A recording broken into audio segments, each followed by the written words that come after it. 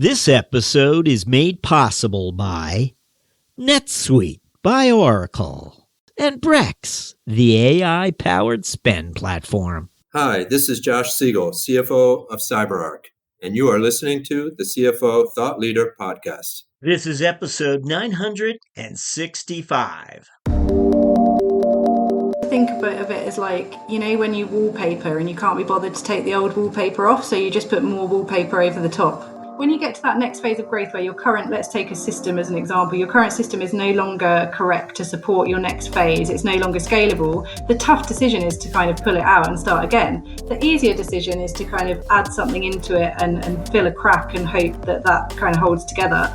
But actually it creates a far worse situation, and it creates more complexity and more need for humans. So you're kind of building systems and then you're building more humans into the process because your systems aren't really working. And so that's not scalable at all. Hi, it's Jack. On today's show, we speak with CFO Emma Brown of Medius. It was a moment of insight that would allow Emma Brown to finally challenge the inclination to question her own judgment when it came to business.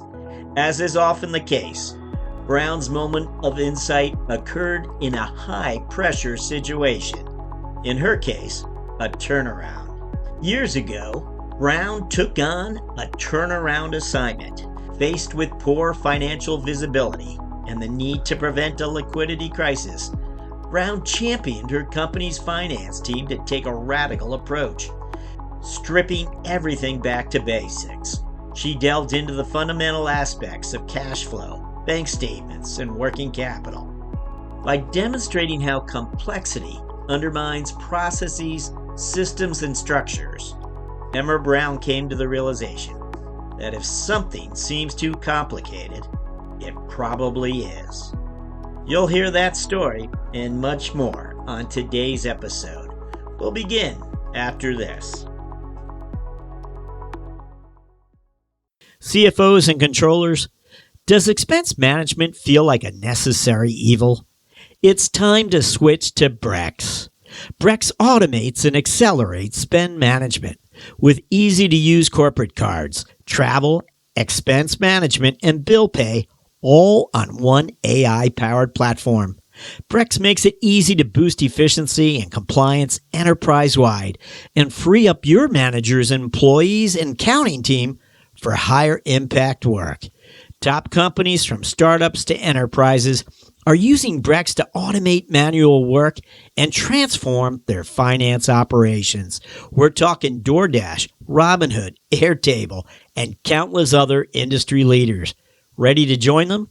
Switch to AI-powered spend management at Brex.com.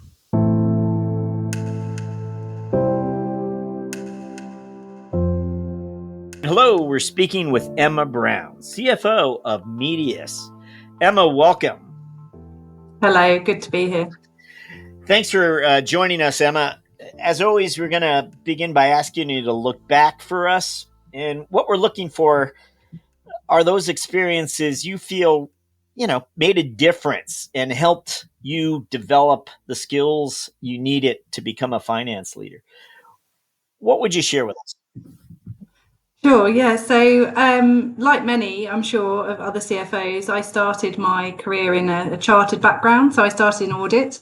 I worked for KPMG and I worked in Leicester, which for those that aren't from the UK, is right in the middle of the UK in the Midlands. And I worked across their mid-sized clients, and that was super interesting because that gave me exposure into a wide range of businesses. I wasn't just working in one sector or one industry.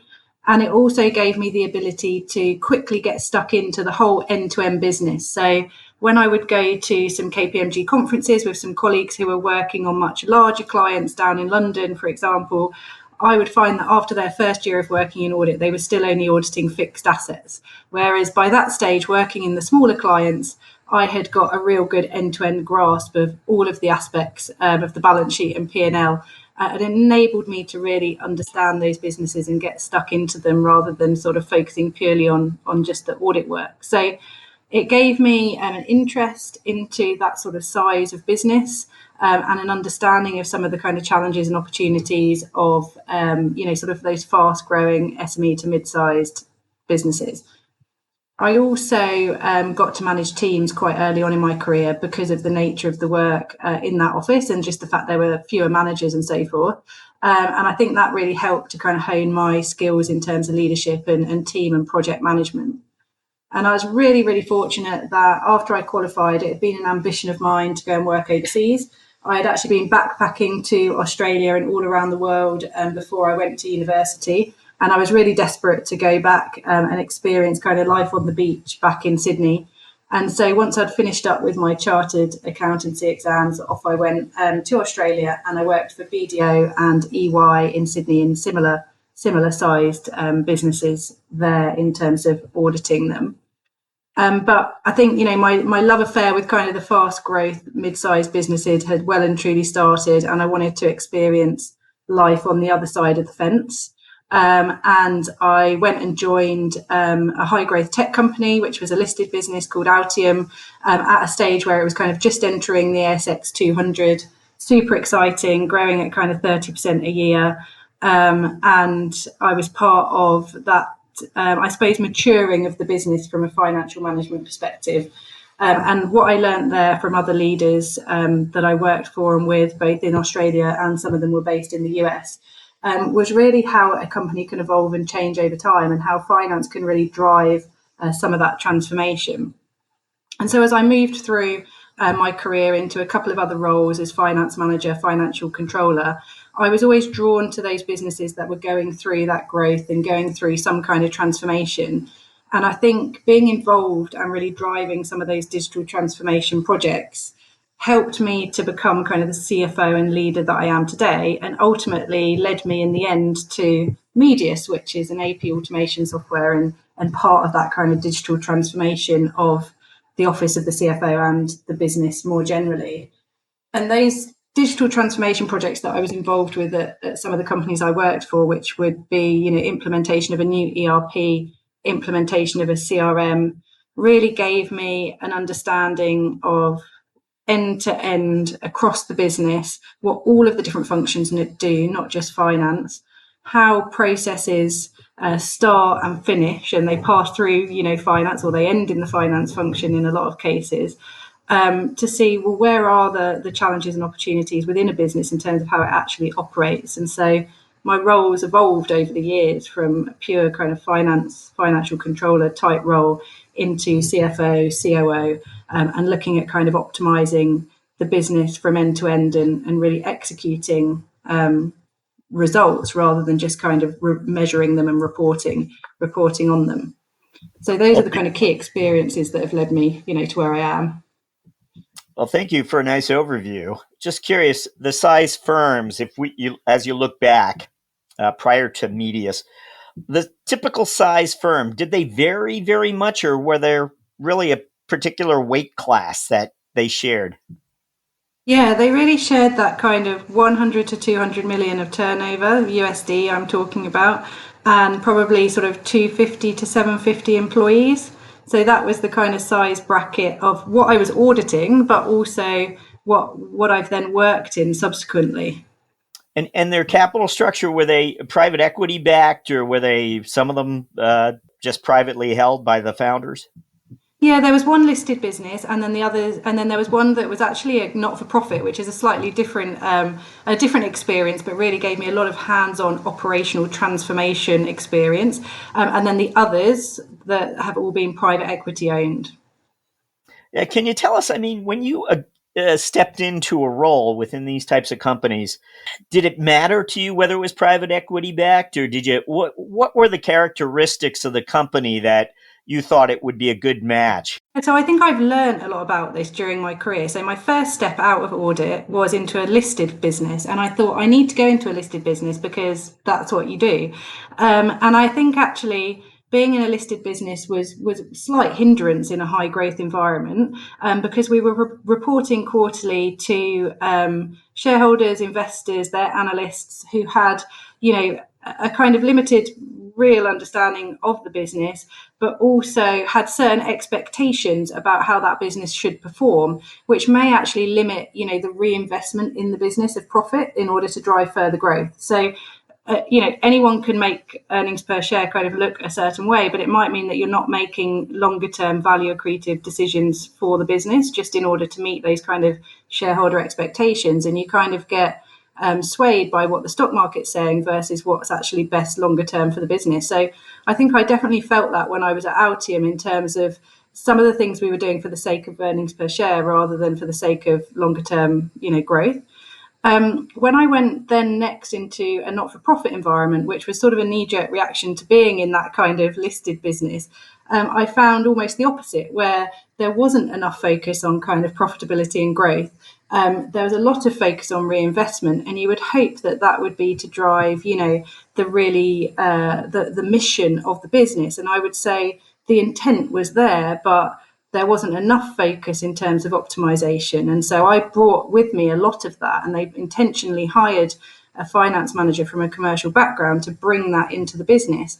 But I was swimming upstream. I was, kind of alone in my mission to drive the business towards an optimized way of being so that we could maximize what we were doing rather than acquitting money that we were essentially getting, from the government.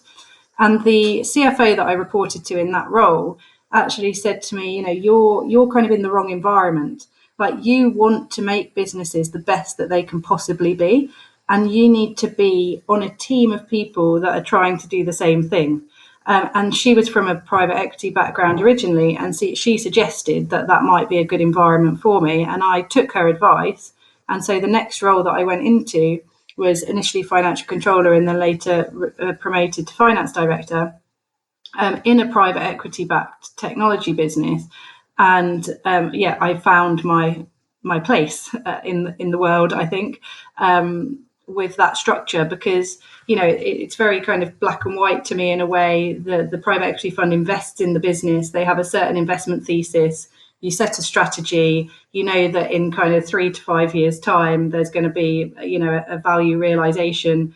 You're all driving towards the maximization of that value, but you're also driving towards a longer term plan of, well, what's the story that I'm going to be selling to that next investor in 3 to 5 years' time? And it needs to be credible. So I need to be thinking about my growth today and my results today, but I also need to be thinking about that kind of story for the next investor and building, a strategy around how I continue to increase the value of this business over the longer term.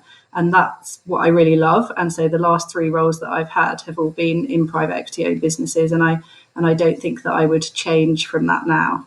So, in other words, if there was a founder-led firm and it wasn't private equity backed, what's the sense then that it's a little more personality driven? It's a little more dependent on the acumen of the leader than it is the private equity best practices and metrics, and here's how we do it. This is our approach.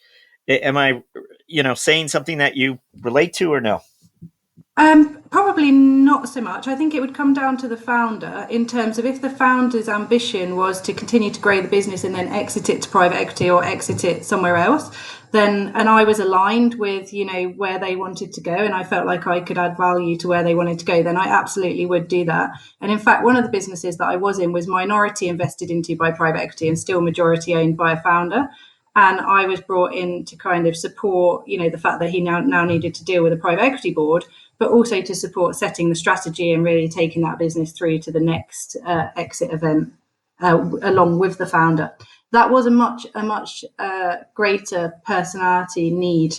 I needed to match very strongly with the founder to make that role successful. And that was a key part of kind of the interview process and selection process on both sides in terms of whether I would take that role or not. If you're advising, and again, informally advising a founder-led firm about a private equity investment, what is this relationship about that might not be obvious to me? What are you going to share with them? I think different private equity funds that I've worked with and different people within those funds have different playbooks in terms of how they think investments are going to play out. I also think that they take a quite advisor-led approach to assessing different investment opportunities and different companies. And if I were a founder, I would be looking for the private equity fund who really listened to what I had to say from actually being in the business and being in that industry versus what an advisor might be telling me about that industry. So that would be my first point. I think it's really important that you feel as a founder that you found a fund that's going to listen to you, that's going to listen to your experience and value it, and take your input into kind of the strategic direction for the next ownership period, to the next exit event. And I think the other thing is to be aligned on what that next exit event looks like, so that you're all working towards the same outcome, 3 to 5 years down the track. Because some founders might have some quite strong opinions about whether they would want to be bought by a strategic acquirer, a larger business, or whether they'd want to do a listing, or whether they'd want to go to a secondary PE buyout, etc. So I think there needs to be, alignment over what's the ultimate goal and how realistic are those goals, and are they all singing from the same hymn sheet. And then I think the third part is probably the capital and debt structure. So I think some founders can be quite surprised by the amount of debt that some PE funds like to put on a business. And that can be quite stressful and quite challenging to some founders. But I have seen situations where the PE fund doesn't put debt on the business because they needed to align with the founder. And so I think, the founder needs to stay strong during these processes and know the value of the asset that they have, and not kind of make too many concessions like when they're entering into that relationship. Wow.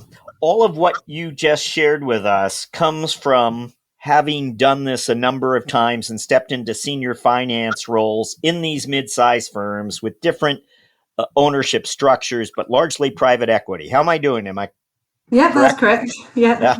Okay. Just restating the obvious. Just want our listeners to understand where I'm headed with this. So when you can we just talk about geographies? You come back to Europe. Why? What leads you geography wise? Is it a business opportunity? Is it family? What is it?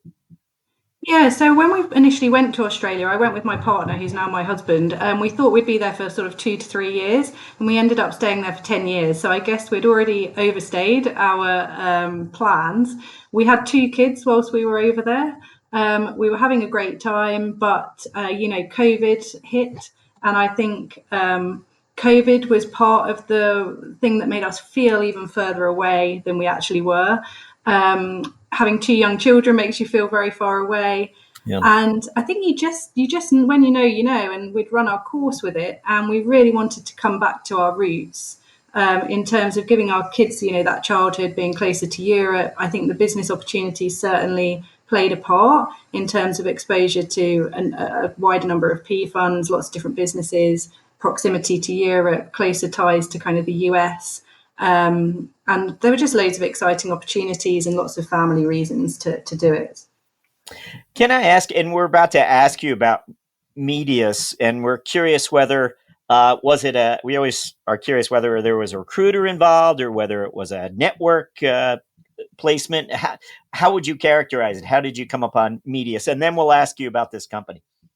Yeah, sure. So I'll just take a step back to Talkwalker, which was the business before Medius, which was the job that I got from Australia. So I did all of my interviews over Zoom with Marlin, who own Talkwalker. They're the PE fund that own Talkwalker. And that was through a recruiter. So I reached out to a recruiter in the UK and I said, this is my experience. I'm looking to come back to the UK. I definitely want a CFO role in a private equity owned, ideally tech business, and went through the whole kind of interview process. And Talkwalker was the one that we both decided was best.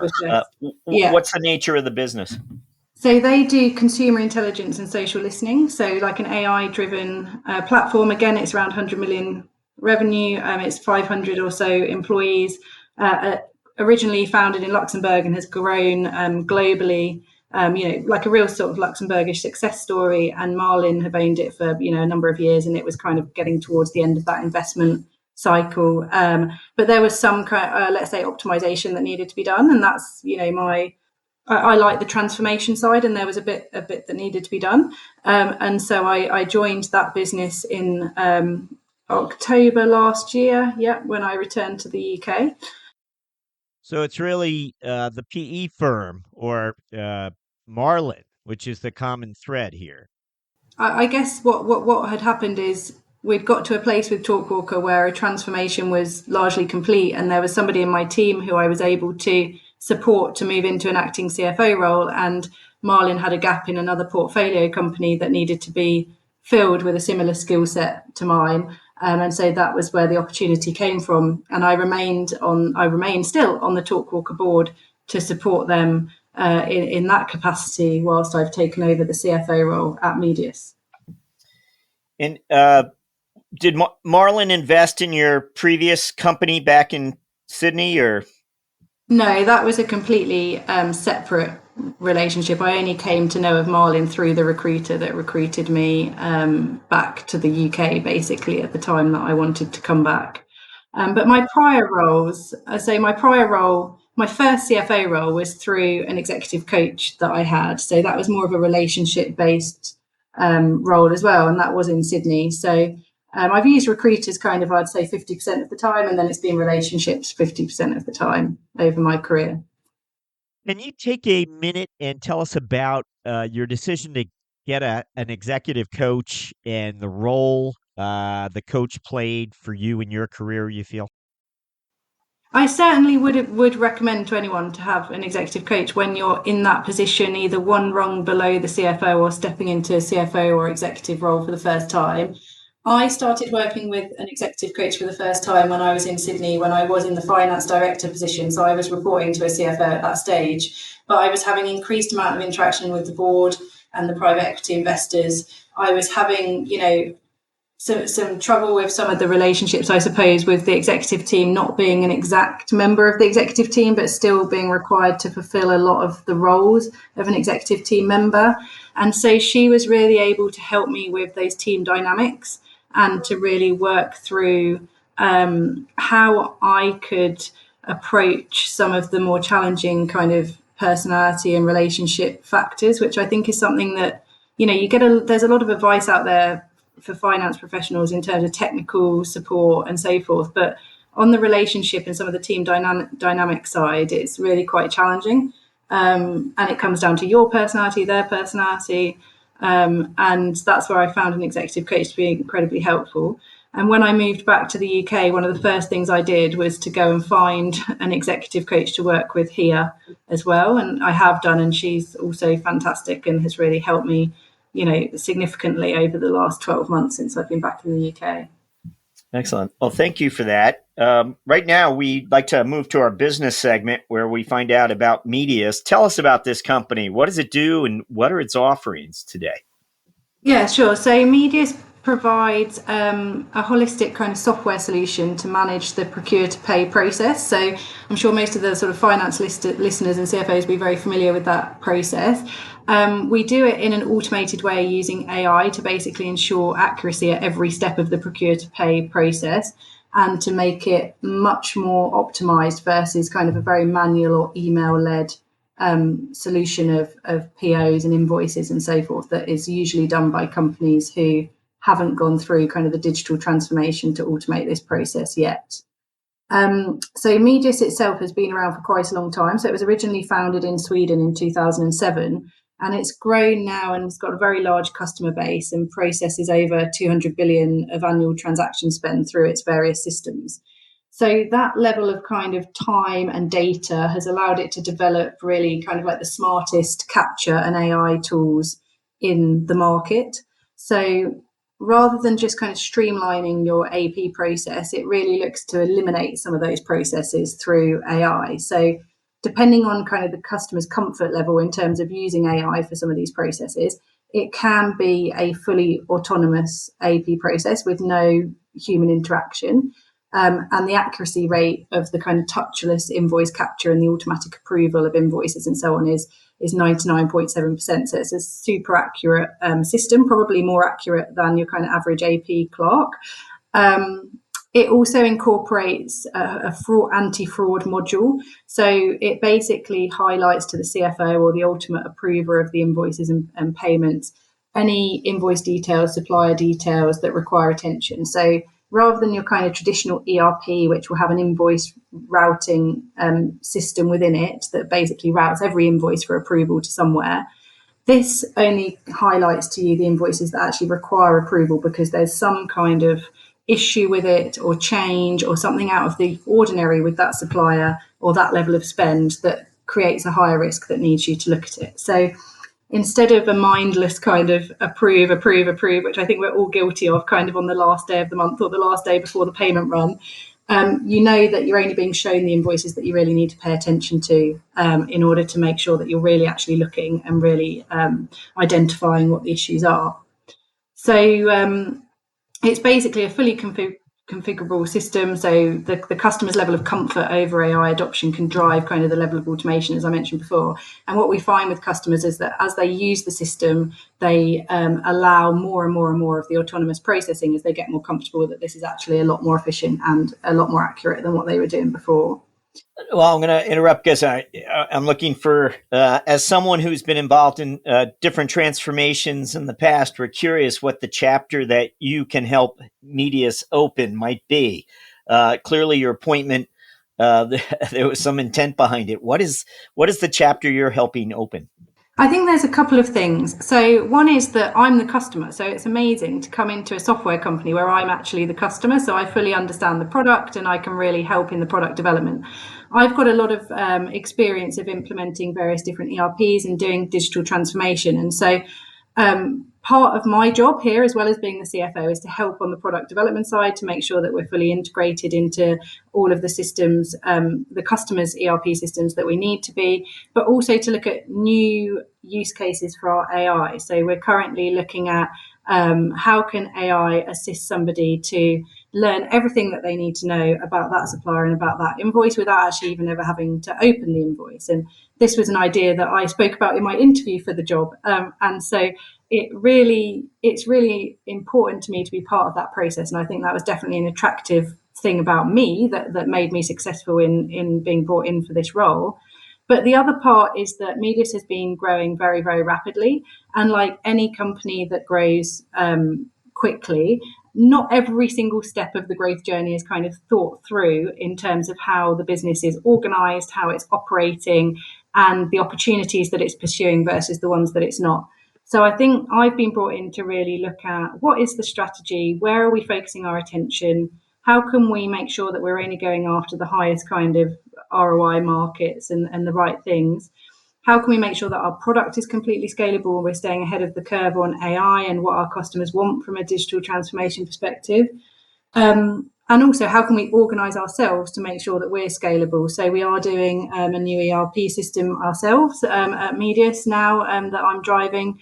We are doing a bit of a reorganization. We are moving to profitable growth, which is something that I am extremely passionate about. And in every PE company that I've worked with and every portfolio company that I've worked with, that has been my mandate that I have very strongly driven in terms of profitable growth. And so, yeah, I think those are the kind of key deliverables for me really at Medius. Curious, again, talking about AI, and you had a willingness or comfort level to discuss it during your interview, I suppose is what I took away from that, which AI, as we speak to different finance leaders, sometimes they use it interchangeably with automation. Sometimes when you speak of AI, help us understand, what are you referring to? Yeah, so I'm basically referring to where data has been used to train. So there's an element of machine learning. So our data pools at Medius that we've had over the years since we've been in business from 2007 have been used to train models in terms of understanding what that data is, how it applies, and coming up with smart contextualized answers, if you like, to queries that are put to the system. And so that's where we're building AI into our product to basically answer the questions that people have about an invoice, about a supplier, about a particular transaction, where AI is used to contextualize the information that it's being asked and then respond in the appropriate way. There's also the ability to use large language models, which is something that was used at TalkWalker, which just basically means that it can understand a lot more about what it's being asked. So there's sentiment analysis, for example, where it can understand the sentiment of the question. It can understand things like, double negatives and actually how language is used rather than just a rule-based automation which can only respond to very, very specific questions. You've only been there less than a quarter, I suppose. So you've familiarized yourself with the team and the data team and the finance team. You're trying to alert the organization as to where things are headed, I would imagine. And you're trying to reach out to the data specialists and engineers and understand better, where are we now and how do we get to this next level of contextualization, or what's the next milestone you're hoping to take the company to in the realm of AI, and what needs to be done and how do you do it? Yeah, so I think it really comes down to not just streamlining processes, but eliminating processes. So if we think about all of the processes that we do in a procure to pay workflow, there's a lot of human involvement which is just accepted as human involvement, and then I think there's some autonomous processing that's already kind of well adopted in market. So for example, scanning invoices and capturing the information, coding them and routing them for approval, that is automated, and lots of companies have automated that on a rule-based way. What that doesn't allow for is exceptions or kind of intuitive processing where, hey, something about this invoice just looks slightly off. Or the email address that this invoice came from is not the same as the email address that I have in the system. And I know what to do with that based on experience that I had, that we've trained the models on, to say, well, I'm going to escalate it to this person, or I'm going to do this thing next. But I think for me, the main things we can use AI for are the things that are either not done well by people or are done well by people but take a lot of mental energy and just aren't very interesting and aren't really using the full capability of a human, and that human's time could be spent well elsewhere. So we've recently communicated to the market that we're bringing out our AI agent, which is basically 90% of an AP clerk's time is spent answering supplier queries about invoices or about supplier statements or various other supplier queries that come through email. And that's where they spend a lot of their day-to-day time, in their email inbox, answering these queries. And if you actually break down the queries that come from suppliers, they fall quite neatly into 4 or 5 different buckets. And that's not a great use of somebody's time, spending time fielding emails. It's actually a very, very stressful job, having this continuous email inbox exercise to do. I remember at KPMG, actually, when I graduated from university, and you go and you do your test to see if you're going to get onto the KPMG graduate scheme, and they make you do this email in tray exercise. And I have to say, it is like being on a Stairmaster, and the Stairmaster is just getting quicker and quicker and quicker, and you're desperately trying not to fall off the end. And that always reminds me of that when I see the AP inbox of just queries and invoices and so forth coming in.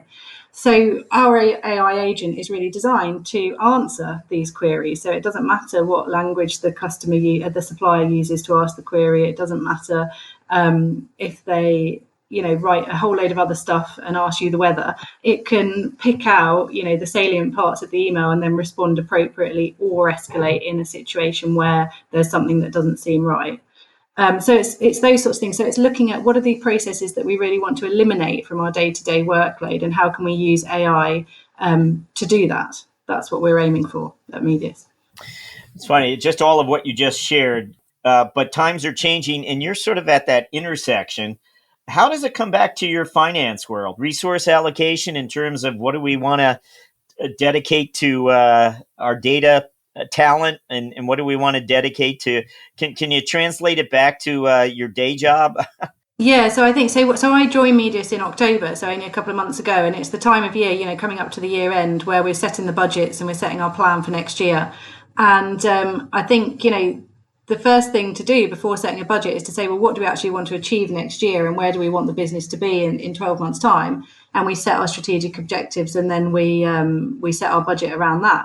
And one of our strategic objectives is obviously, product development, staying ahead of the curve, investing into AI, but also kind of simplifying what we do and really focusing on what we're really, really good at and focusing on our core markets. And so setting those strategic goals then aligns our finance investment in the same way, our financial investment in the same way. So we look at pulling back potentially on investments that we're making in certain things that are either older technology or not kind of part of our strategic plan going forward, and then investing further more heavily into our AI team capability. So this will be our data scientists and other software developers that can specifically build that capability that we need to bring to market, the product dreams that we have.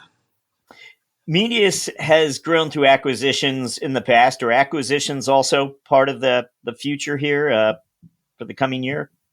Well, we did an acquisition in July. So Expensia is an expense management solution. And I have to say that their product is absolutely amazing. When I used it for the first time, I was quite blown away.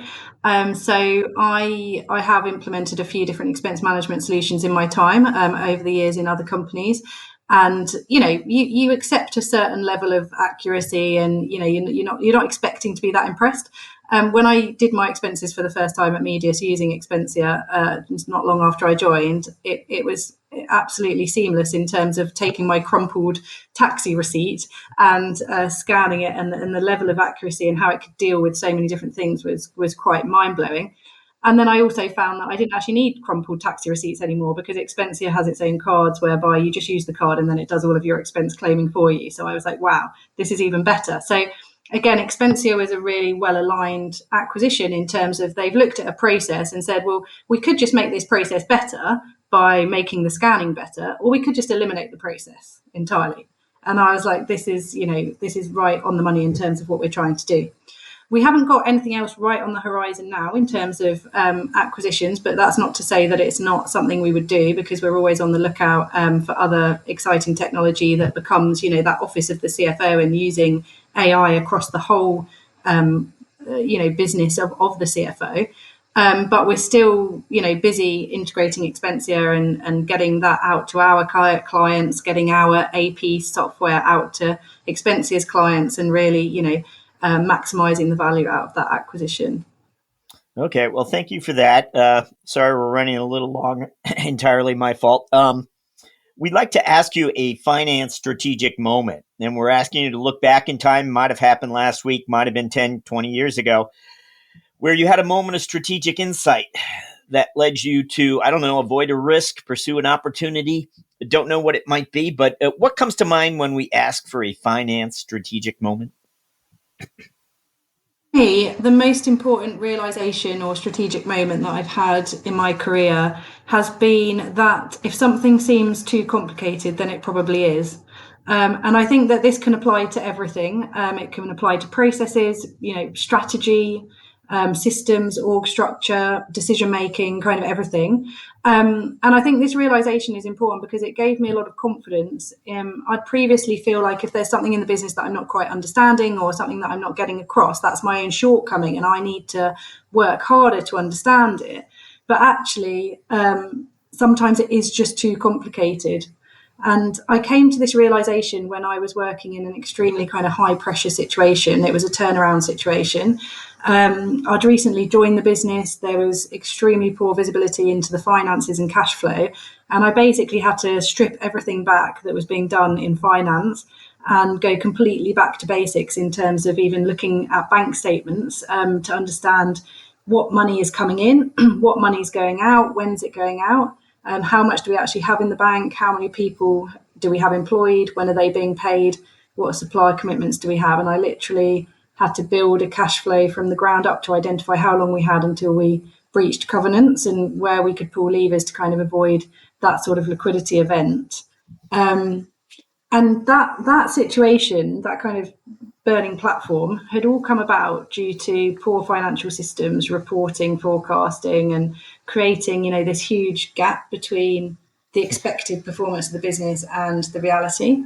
So the bottom-up kind of back to basics exercise demonstrated to me that, all of this complexity that the business had in terms of this large ERP system, the multiple layers of people in the finance team, the kind of convoluted way they were reporting results and forecasting, and this kind of web of dashboards and adjustments that were being made to financials that were presented to leadership, were all just kind of getting in the way of anybody really understanding the performance and anyone being able to identify and then fix the kind of underlying business problem. When we went back to basics in terms of like money in, money out, it was very easy to identify that there was this deficit in the working capital cycle. There was an overly ambitious front loading of kind of growth investment. And when that growth wasn't coming through quick enough, we were getting very quickly into kind of hot water. So with the simplified approach that I had, we were then able to build this plan around what should the cost base be, based on the actual cash inflows that we're getting today, not based on some kind of lofty growth plan, but based on today, what's our sustainable cost base? How do we take action very, very quickly to get the company onto an even keel? And we were able to prioritize investments that were very closely linked to revenue generation. So we could see that tangible link between, if we spend money on this, we'll get more inflows. Or they were very linked to other cost reductions that we can make elsewhere in the business.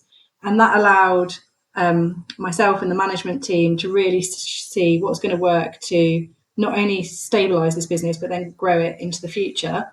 From that, we set 4 really simple strategic initiatives for the business to align around for the next 12 months to just get us to a place of kind of safety, and hopefully back to some level of growth.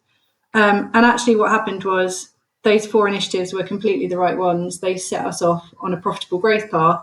And we went from kind of losing 40 million USD a year to 15 million of profit for the next 12 months, like sort of literally overnight, by just pulling out of the business all of this kind of complexity and additional investment that wasn't delivering kind of any return.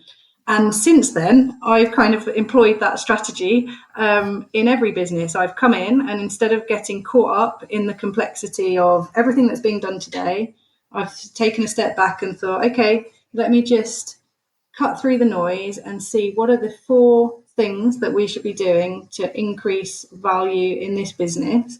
And that is what we're going to do, and then aligning kind of the management team around them. And that's the approach that I've taken at Medius in the last few months since I've been here. And I think it's really helped to provide additional clarity to the organisation in terms of what we want to achieve. And it's a simple message for the whole organisation to get on board with and to know exactly how their job can contribute to those kind of 4 things that we're all working towards. Can I ask you a follow-up? I'm curious, in your observation, looking at the situations that you've walked in, is complexity, it kind of creeps, right? I mean, it's like complexity creep. Organizations over time just adopt too many, whatever it might be, processes or technologies or approaches. How do you look at it? Is it just, and how do you prevent sort of this complexity creep that organizations experience over time? Yeah, I like to think of it as like, when you wallpaper and you can't be bothered to take the old wallpaper off, so you just put more wallpaper over the top. Sometimes you got to strip it down to make it. You've got to strip it down, and that's kind of hard, right? That's kind of a dirty job that no one wants to do. Yeah. So that would be my analogy to it. But I think, sometimes you have to make some tough decisions. So sometimes when you get to that next phase of growth where let's take a system as an example, your current system is no longer correct to support your next phase. It's no longer scalable. The tough decision is to kind of pull it out and start again. The easier decision is to kind of add something into it and fill a crack and hope that kind of holds together. But actually it creates a far worse situation, and it creates more complexity and more need for humans. So you're kind of building systems, and then you're building more humans into the process because your systems aren't really working. And so that's not scalable at all. And so part of the thing I love is looking at a business and saying, well, how can we actually just simplify this, get the right systems and the right roles into the business so that then we have got a great platform to take this to the next level. Just don't wallpaper over wallpaper is my advice. 37,000, 25, 1. These are the 3 numbers to remember to get the visibility and control you need to make the right business decisions instantly. 37,000. That's the number of businesses which have upgraded to NetSuite by Oracle. NetSuite is the #1 cloud financial system, streamlining accounting, financial management, inventory, HR, and more. 25. NetSuite turns 25 this year. That's 25 years of helping businesses do more with less, close their books in days, not weeks, and drive down expenses. 1. Because your business is one of a kind. You should get a customized solution for all of your KPIs in one efficient system and with one source of truth. Manage risk, get reliable forecasts, and improve margins. Everything you need, all in one place. Right now, download NetSuite's popular KPI checklist designed to give you consistently excellent performance, absolutely free, at netsuite.com/KPI. That's netsuite.com/KPI. We're going to jump to our mentoring round where we'll ask you several quick questions intended to inform and inspire future finance leaders. We're curious, the first time you stepped into a CFO role, and this was perhaps at Talkwalker, or is that it? What do you wish, there was something you wish you knew? I mean, again, you've taken jumps and responsibility before, but this one might have been a little different. You had more responsibility, or you were having conversations with senior management every day. What is the piece of advice you wish someone had given you as you got into that very high level of management?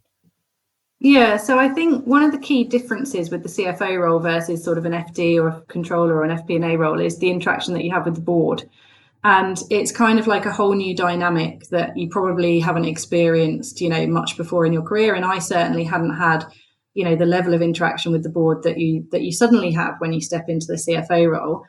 And I realized recently, and this was actually through working with my coach, that part of the board's role is to challenge management to really think differently in order to continuously deliver kind of, exceptional results.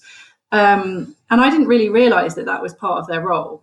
So I was sort of interpreting some of their questions and some of their probes as, picking holes in what we've done or highlighting things that we haven't done or we haven't thought of.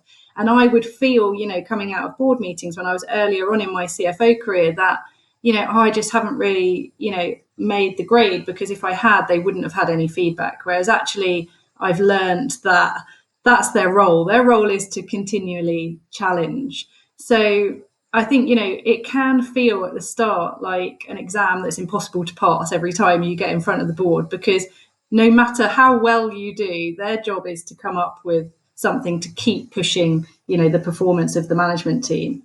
And so those kind of helpful suggestions that they always, come up with, I think they're not things that we haven't thought of. They're really something to be seen as a growth opportunity for me and for the business. So, we can respectively obviously push back to the board where it's appropriate, but really their role is to help us to keep pushing ourselves. And I wish I'd sort of realised that a bit earlier, because I think it would have made a lot of my board interactions, a lot more productive from my side, and I would have felt a lot better about them when I'd come out of those board meetings. Earlier, you shared some thoughts with us about executive coaches. I'm wondering if it's something you wish you had done sooner or reached out to sooner. Was it just the right time for you to use an executive coach? What would you tell our listeners? I definitely wish I'd done it sooner. So I did it when I was kind of tying myself in knots about a challenging kind of dynamic that I had at work. And I allowed myself to be tied in knots for a long time before I reached out to anyone for any help. And, the amount of energy that I expended, mainly in my own free time, worrying about those relationships, could have been avoided and turned into a much more productive time for me had I reached out to the coach earlier. And I think one of the reasons that I didn't is I was really nervous about asking my organization to pay for the coach, because they are quite expensive. And I was, it's not something I necessarily felt like I could fund myself or, fully. And that was so silly, because when I did, they were like, wow, this is great. I'm super impressed that you actually want to invest in yourself, and you're investing in yourself for the benefit of the organization. And this is very clearly linked to, your performance and your contribution to the organization. And so, of course, we're going to pay for this for you. And it's a relatively small amount for the organization versus how much it is for an individual. And so that was actually the barrier to me doing it earlier. And I just, I really shouldn't have seen that as a barrier. And hopefully that would help somebody else listening to think that they're worth it. You're worth it to your organization. Great insight there for us. Thank you for that. We always like to ask our guests to reflect a little on the personal side. We're wondering if there's something that generally most people don't know about you. Yeah, so when I was a kid and a teenager, I was a British national trampolining champion, which is a bit of a random sport that not many people are aware of. It did become an Olympic sport, I think, in the year 2000, which was sadly just as I was kind of stopping. But it was, yeah, a very fun childhood, I have to say. I think. Did that just begin with a trampoline in the backyard, or was it something more involved than that? Oh, there was this thing called tumble tots in the UK. I don't know if you have it. Like when you're kind of 3, you go to tumble tots, and I just got on a trampoline and started doing like seat drops and straddle jumps and stuff. And the teacher was a bit like, "Oh, I think you should take her to a trampolining club." And so that was the beginning of the end for my parents in terms of their free time. Because I was training, 6 times a week, and they were going up and down the country, taking me to competitions, every other weekend. But I think, it certainly taught me a lot about dedication, organisational skills, getting all your homework done around, quite intensive sport. And it's kept me kind of sporty, for the rest of my life, which I'm really appreciative of. Well, thank you for that. Wonder if you have a book selection for us or a resource. Doesn't have to be a business book. It could be something you escape with, don't know, an interest. Yeah, sure. So the best book that I've read recently, and it was given to me by one of my previous board members as a Christmas present. It's not a business book. It's called The Happiest Man on Earth by Eddie Jaku, and he was a Holocaust survivor. He lived to 101. He escaped multiple times from capture and concentration camps, and eventually lived a long and happy life. He actually moved to Australia and lived there. And the book really sort of tells his story throughout the Holocaust and all of the hardship and adversity that he suffered. But through all of that, he, really retained this kind of sense of gratitude, purpose, and hope. And he believes that those beliefs and hope was what caused him to survive. And I think, it's not a business book, but it really moved me, on a personal level. But it's also got some takeaways for life and for business, especially around resilience and resourcefulness and believing in yourself in what seems like impossible situations. And then, even when he was re-caught several times, he just never gave up. He was always thinking about how he was going to escape again. And through all of the hardships, he retained, such integrity and really being true to his values, despite all of the atrocities that were going on around him. So I was so inspired by that book, and I believe that he was really the ultimate kind of problem solver who just kind of never gave up. So, definitely a hero to Excellent. me. Thank you. Thank you for that. We haven't had it before, so thanks so much. The happiest man alive. Yeah. We are up to our final question, where we're going to ask you to look forward finally for the coming 12 months. And we'd like to know what your priorities are. We know a few of them already, I think, but what your priorities are as CFO of Medius. Yeah, so I think my main priority is around reducing complexity that we've already spoken about. So they definitely have the wallpaper on wallpaper in terms of some of the systems and how those have grown up. And it's not surprising at all because they've experienced, truly kind of like wonderful growth. But I'm kind of the benefit of hindsight, I suppose, coming in and now saying like, we need to just reassess where we're at from a organisation and system perspective. So we're doing that with our ERP implementation. We're streamlining how we do our reporting to just get all of that back closer to the source of truth and make sure that there's no gaps there.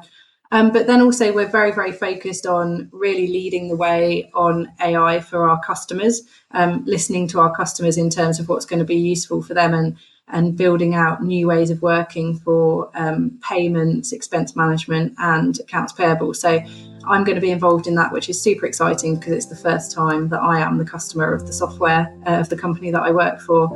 And, I can't wait to see what we release over the next 12 months. Well, Emma Brown, thank you for joining us on CFO Thought Leader. Thank you very much.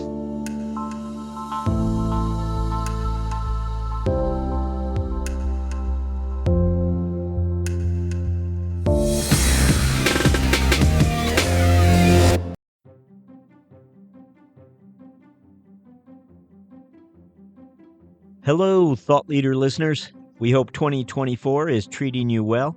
If you haven't already, we hope you'll pay a visit to CFOThoughtLeader.com And go ahead and subscribe to our Mentoring Round newsletter, where we highlight the career lessons and moments of strategic insight shared by our recent CFO guests. Also, LinkedIn users, please go ahead and follow our CFO Thought Leader company page, and you'll be certain not to miss a single Thought Leader video debut.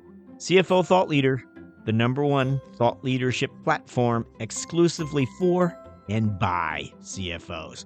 As always, thank you for listening.